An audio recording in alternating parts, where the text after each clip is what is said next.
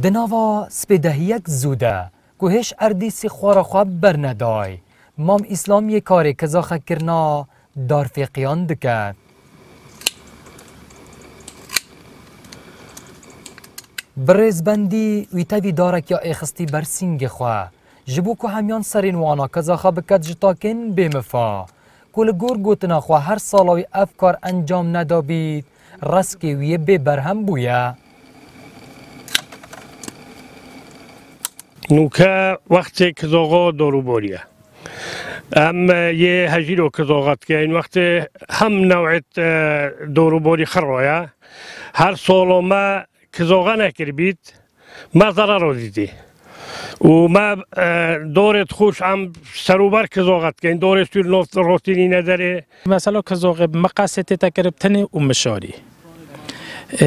کزاغش وقت سال تقریبا مانگو دوه و تیوب که حتی مانگو سه در باس نبید من از دعوا همو فلاحاشت کم خل کزاغه کنه خودان کزاغه منفعت که زور استفاده بکریارا جوتیاران دویدم سال دل سر دارفقیان لجم بسپورین چاندنی هند مفاین خوین هین جبر کود آلیه زانستی ده او بکردارک ارینی دن دیار کرنو او هانا جوتیارا جدن جبو انجام دانا وی کاره هنی کزاخه کردن زورا باشه تایبت وقت ساله دیماهی که هیوا دو یان سری هیوا سه بس تخیل تر نبید و کزاخه کردنش مفاهند خویند هی اکلواده هیکل داره یان که بجین شویه دی جان کد دی داره نوکت و بومه دی دیر بیجل نخوشیا دی بورشاندنه یان که بجین دی برهمه زور جان کد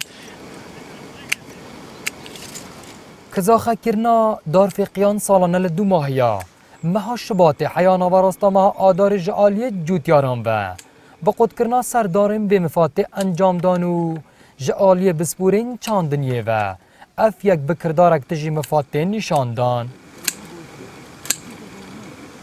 آری حسین کردستان 24 آکره